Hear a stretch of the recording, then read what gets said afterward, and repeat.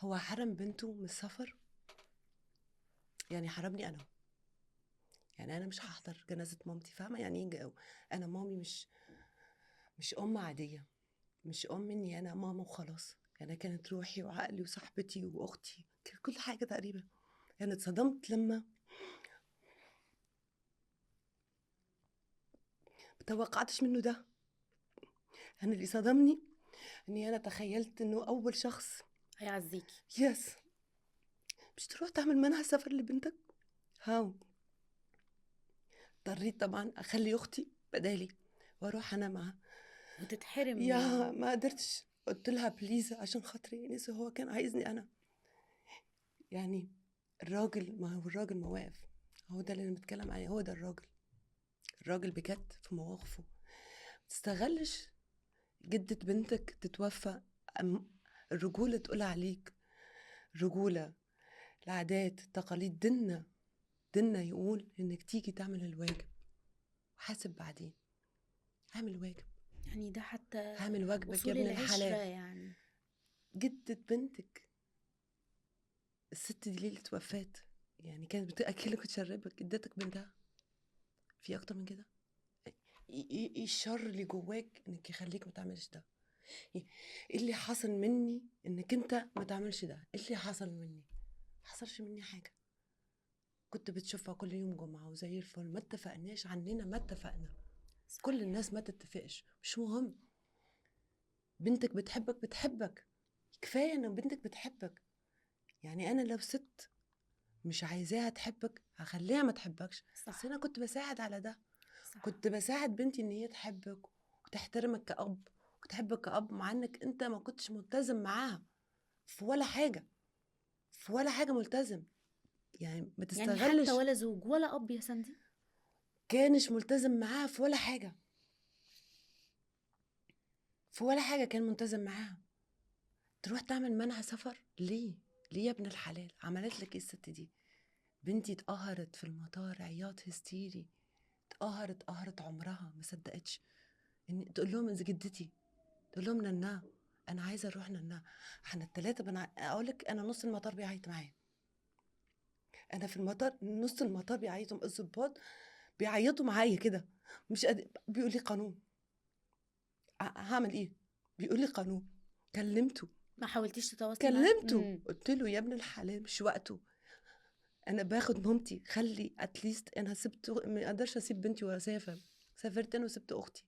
قلت له خلي اعمل لها اشيل لها منع السفر، خلي ايناس قال لي لا مفيش سفر، عايزه سفر تنزلي لي على كل حاجه.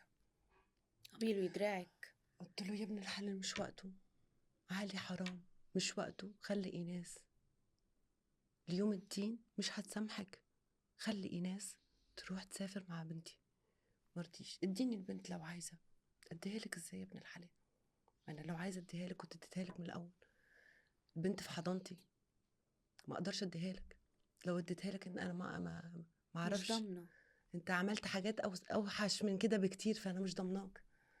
يعني انت لو قدمت، كنت اب بتقدم الخير كنت عملتها من غير ما افكر. لو انت جيت لي للبيت كنت عملتها. انت حتى ما فكرتش تيجي.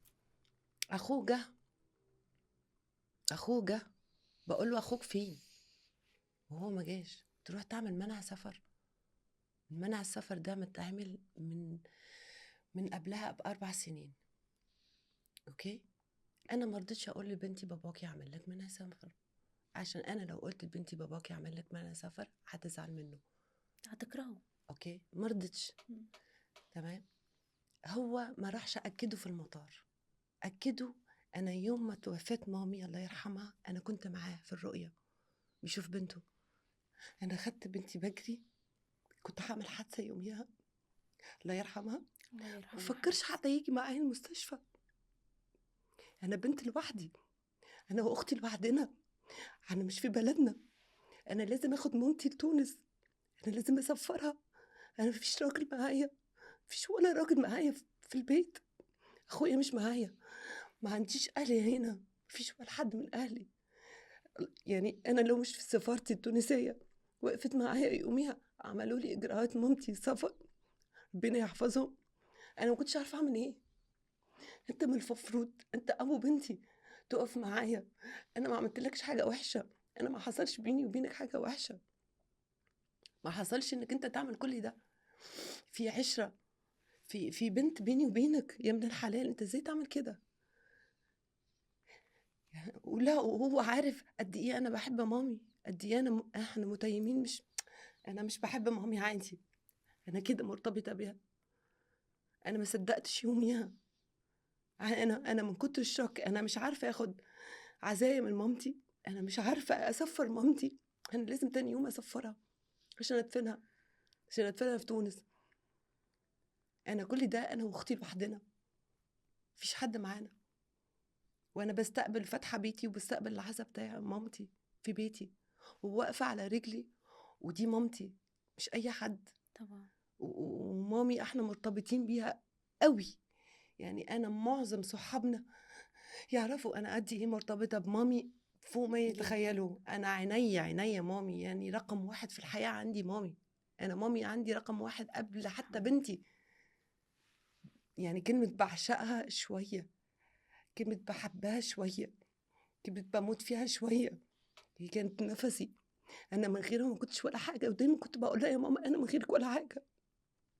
انت ازاي جالك قلب تعمل لي منع سفر؟ ازاي جالك قلب تعمل حاجه زي كده؟ وكلمته وما رضيش، يقول لي انت ما كلمتينيش يا ابني، حاليا كلمتك، خليت صاحبه يكلمه. كلمت سعيد جميل، قلت له يا سعيد بليز كلمه، اقف معايا. بيقول لي، قال لي لا يا جماعه اقنعوه، قولوا له ده حرام، حرام اللي بتعمله ده حرام. محدش مفيش، قدر عليه. مفيش.